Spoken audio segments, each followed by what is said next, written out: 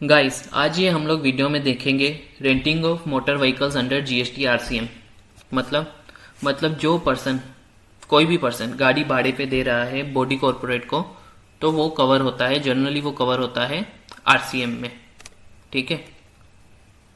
अच्छा, ध्यान देना यहाँ पे कोई भी पर्सन मतलब जो गाड़ी भाड़े पे दे रहा है वो कोई भी पर्सन हो सकता है।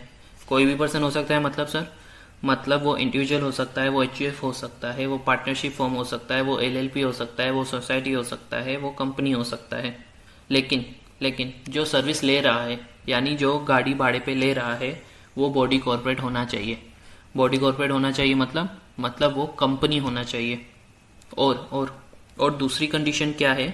दूसरी कंडीशन ये है, जो सप्लायर है जो गाड़ी भाड़े पे दे रहा है, जब वो रेंट चार्ज करेगा रेसिपिएंट को, तो उसके साथ उसको फ्यूल का भी पैसा लेना है, उसके साथ उसको फ्यूल का भी पैसा कंसीडर करना है, तो ही वो सर्विस कवर्ड होगा आरसीएम में।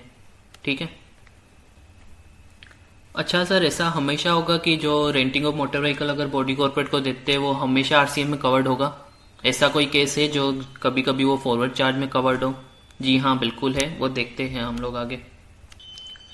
अभी अभी ये सर्विस फॉरवर्ड चार्ज में कवर होती है कि रिवर्स चार्ज में, वो डिपेंड करता है सप्लायर क्या ऑप्ट करता है, सप्लायर कौन सा जीएसटी रेट ऑप्ट करता है।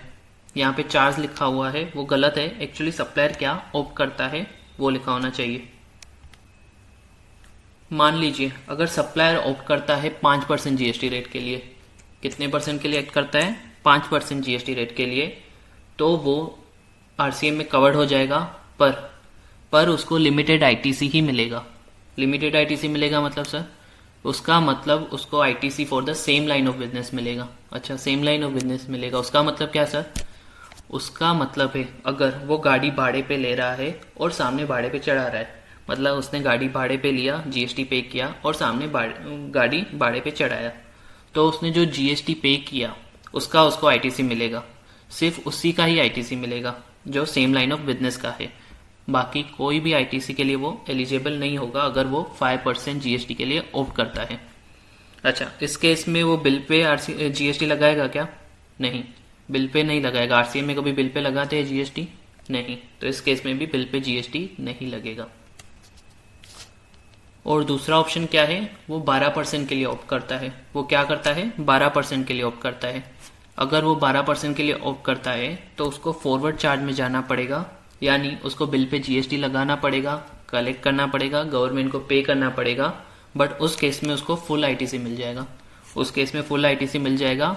जैसे कि उसने कार परचेज की और भाड़े पे दी, तो जो कार परचेज करते हैं उस पे जो जीएसटी पे करता है वो, उसका भी उसको आईटीसी मिल जाएगा। ठीक है, तो ये केस हुआ फॉरवर्ड चार्ज मैकेनिज्म का। अच्छा, अभी इधर ध्यान देना, समरी देख लेते हैं। इसका मीनिंग क्या हुआ? अगर ये सर्विस को आरसीएम में कवर्ड होना है तो उसको 3 कंडीशन सेटिस्फाई करना है। कितने कंडीशन सेटिस्फाई करनी है? 3 कंडीशन। एक, सर्विस किसको देना चाहिए? बॉडी कॉर्पोरेट को। Service must be given to the body corporate. और सप्लायर को क्या आउट करना है? 5% जीएसटी। कौन से रेट से आउट करना है? 5% जीएसटी। और जब भी वो कंसिडरेशन ले रहा है उसमें फ्यूल चार्जेस भी इंक्लूड होना चाहिए। उसमें क्या इंक्लूड होना चाहिए? Fuel charges. तो अगर ये तीनों कंडीशन सेटिस्फाई हो जाएगा तो ही वो सर्विस कवर्ड होगा आरसीएम में। अदरवाइज वो सर्विस कवर्ड होता है फॉरवर्ड चार्ज मैकेनिज्म में, जिसमें सप्लायर 12% चार्ज करता है और फुल आईटीसी लेता है। ठीक है, होपफुली आपको ये वीडियो समझा होगा। अगर समझा है तो लाइक कीजिए, और अगर नहीं समझा है, जो भी डाउट्स है आपके, आप कमेंट सेक्शन में लिख सकते हैं।